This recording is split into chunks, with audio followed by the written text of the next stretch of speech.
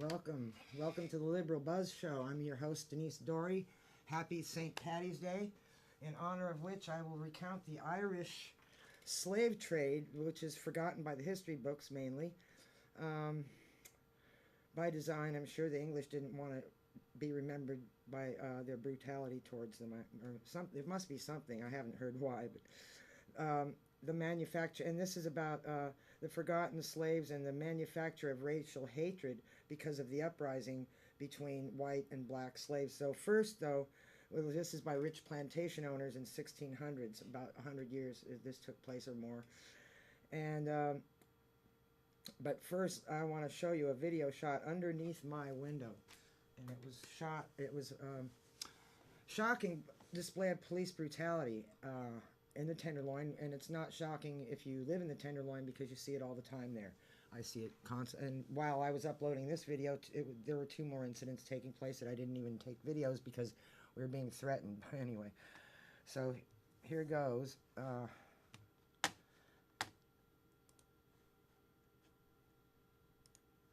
Now there's going to be some words here that you might find offensive. So, but I didn't bleep them out. So here goes.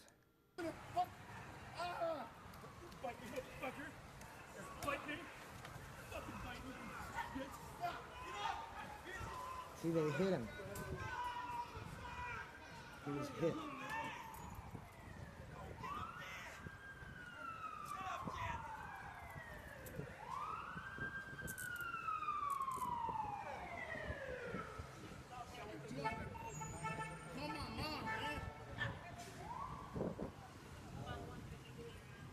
Nice punch to the kidney, man. I got that.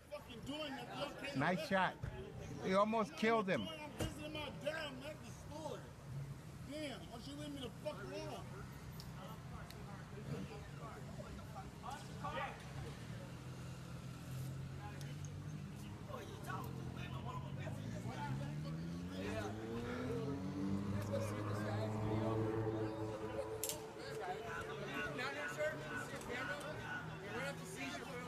No, you don't. Get a warrant. Get a warrant. Do it by the law. He wanted to seize the camera.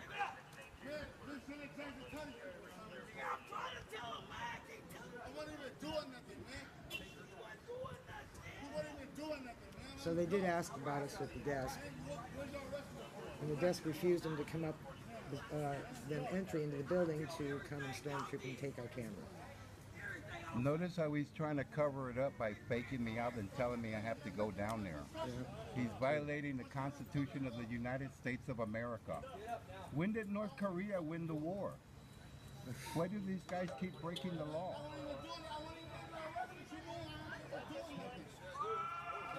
This fellow lives up the street, I found out, on Eddy Street. I don't want to say too much, it'll hurt his case. If he has one, I don't know.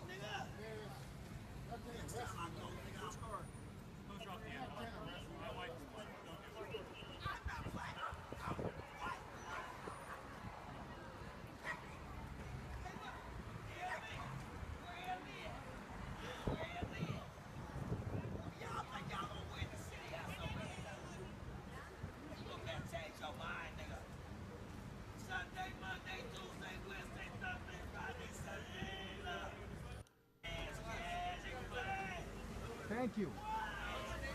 Make some money off of this.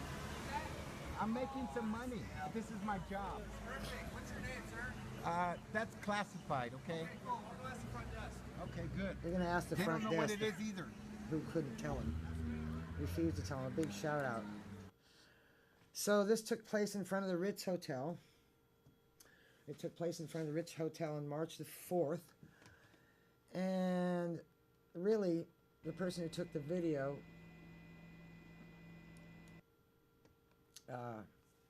is going to call in very soon.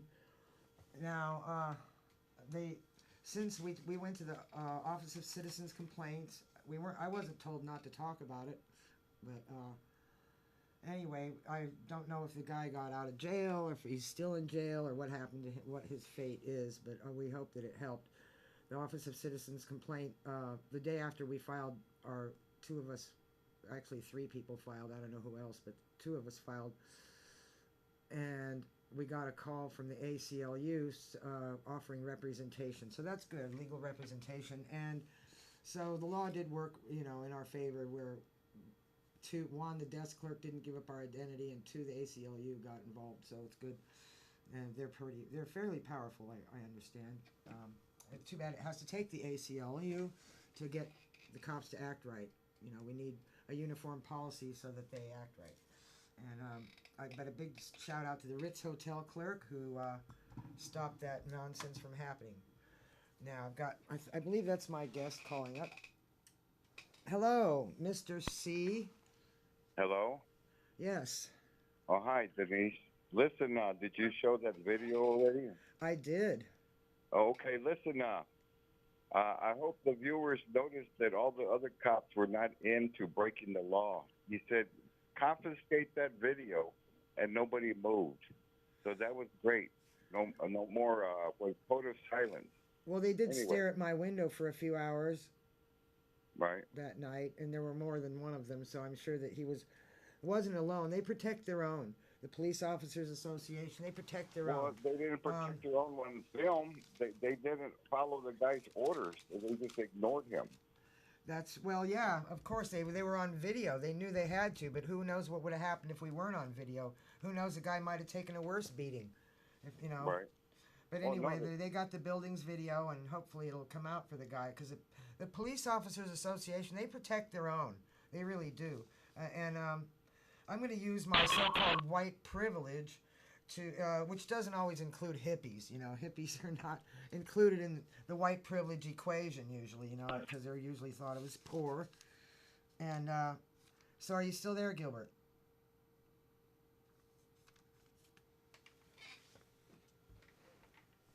Yeah. And so we want to improve police accountability. And to do that, there's been some suggestions put forth to that end, and something has gone wrong in the relationship between the cops and the public in the USA. I mean, I've been to other countries where they're not armed, and they don't act nearly as aggressive as the cops here do. I mean, they're armed to the teeth, like they're fighting the Iraq War or something. It's kind of, I mean, they shoot the shootings of unarmed people and videos of excessive force. Those go around the world. It's like a shot fired around the world. Everyone knows about it, and they think we're crazy to have the death penalty too. Most countries. So, but recognizing the problem, how can we improve police accountability? And we need to dig into the data. And the problem is the police are the gatekeepers of the data. So, how many people do the police shoot every year? And nobody really knows. No one knows how many people, because there's no really real law in the books about that.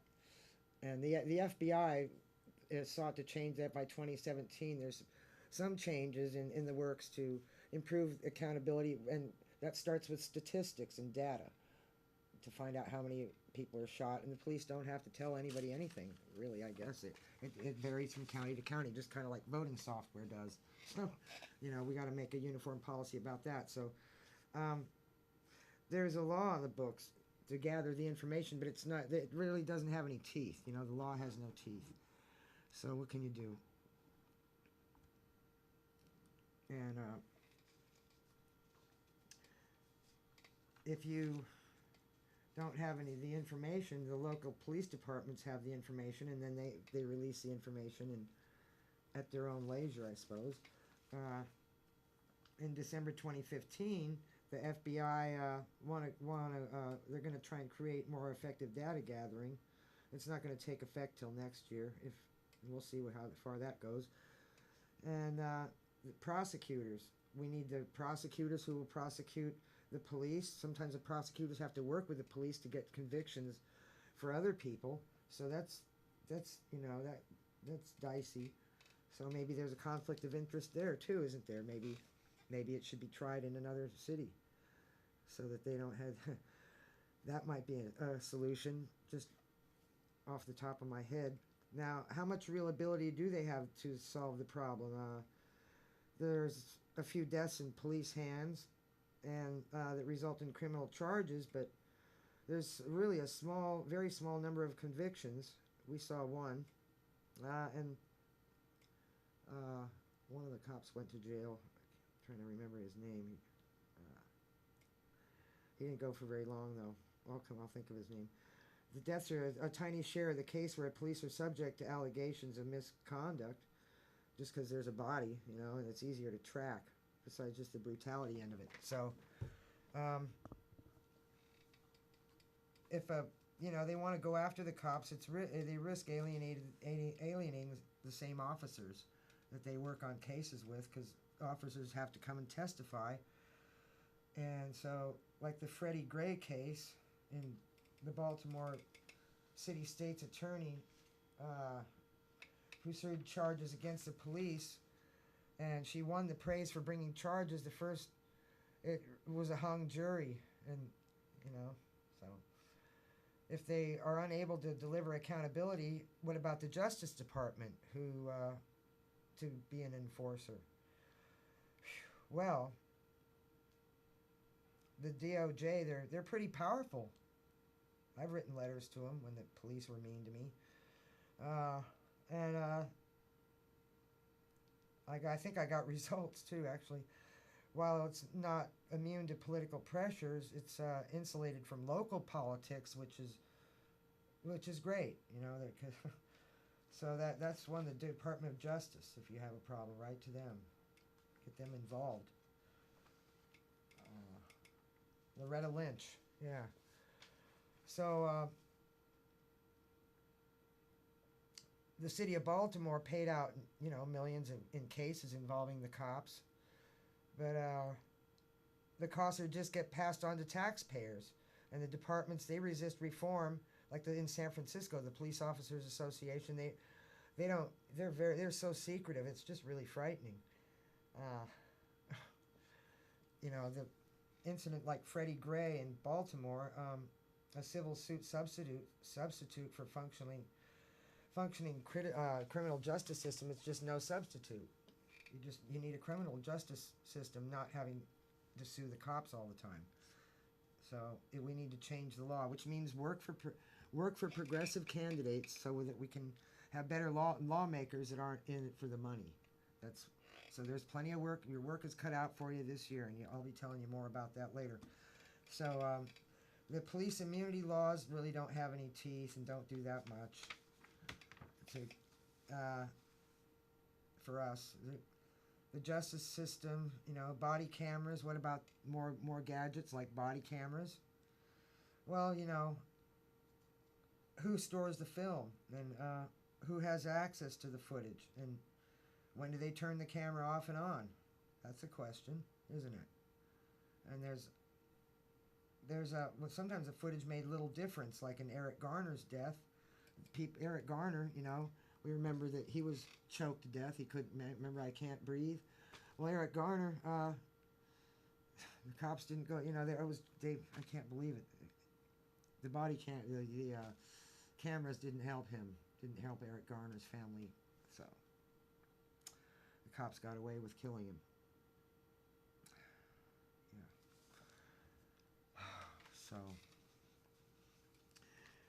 We need civilian leadership in the police departments on review to keep a check on the cops. Like we have the police commission in San Francisco, and I remember we went to Mario Wood, a hearing with a lot of people talking about Mario Woods, and the cops just walked out. of the meeting. They disrespected a whole room full of people that showed up to pour their hearts out about losing family members. And it's just, a lack of disrespect. I guess they were instructed to do it, and when the man in the high places talk and the police officers association, they all just follow suit. And it's like a brotherhood, an underground cult. It's weird, scary. I better watch it when I leave this place. So that's oh.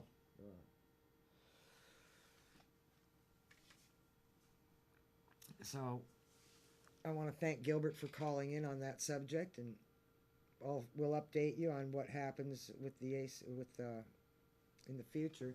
A police officer, it seemed like maybe somebody was saying, here's a text message I got from whom I assume this, right after I filed the report at the OCC, I got a text from an unknown party in Brooklyn, New York, which they can use any address.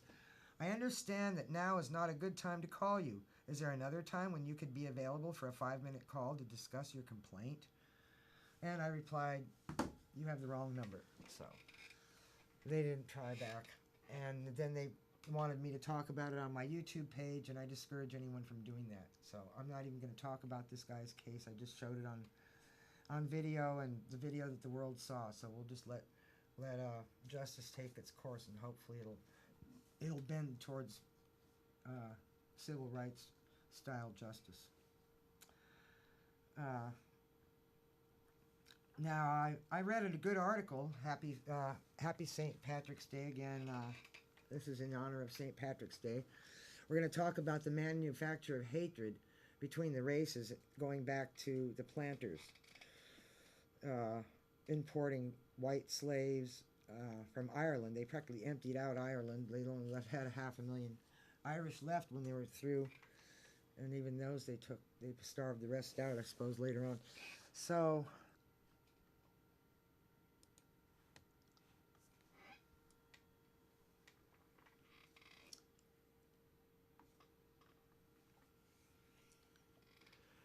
see, the Romans victimized the British, who victimized the Irish.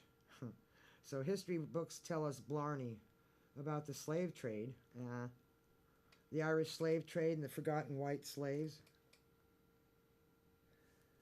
And Europeans were mean to Irish too.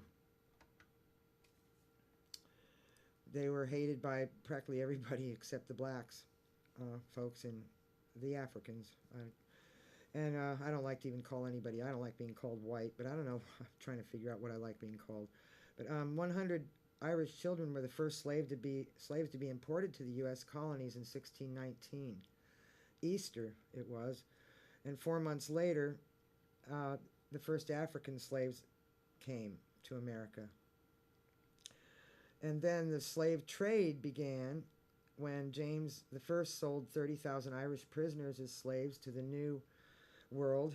In 1625, his proclamation required Irish political prisoners be sent overseas and sold to the English settlers in the West Indies.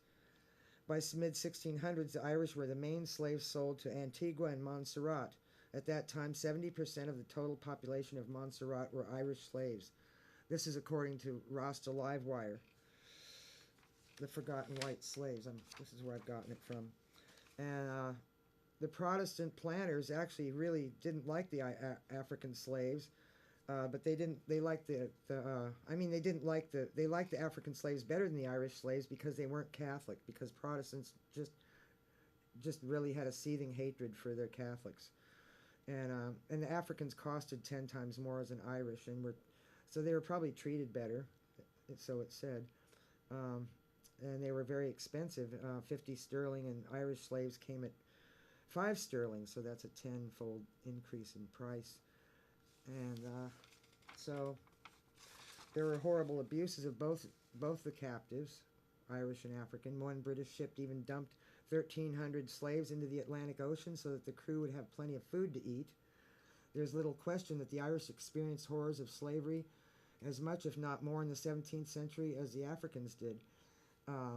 In 1676, there was a huge slave rebellion in Virginia. Hundreds died, when black and white slaves burnt Jamestown to the ground. So the slave owners, fearing a recurrence, their solution was to divide the races against each other.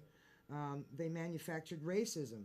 They gave more privileges to the white slaves, and they dressed them better and let them work indoors, serving them. And well, they still were whipped though. But white slaves were given new rights and were dressed better, but they were segregated in their living spaces too. So anyway, the hatred is manufactured. It really is. So you're likely Irish too. There's 50 million Irish in America, and that's more than there are in Ireland. So anyway, here's announcements. The last minute of the announcements. The St. James Infirmary, who serves sex workers and homeless. They have massage therapy, case management. They open it up. They've moved from 1372 Mission to 234 Eddy Street, what's near Eddy and Taylor. They're open every day, Monday through Friday at 10 a.m. to noon, or Monday through Thursday, I believe. I don't know about Friday here. And so that's one thing. They have food, clothing closets, peer counseling, massage, acupuncture, HIV testing. So good to support them. If you can donate, please donate some money to them. And ribbon cutting, we had the ribbon cutting. It was fun. I went. Okay, so I'll see you in April the 7th. Bye-bye.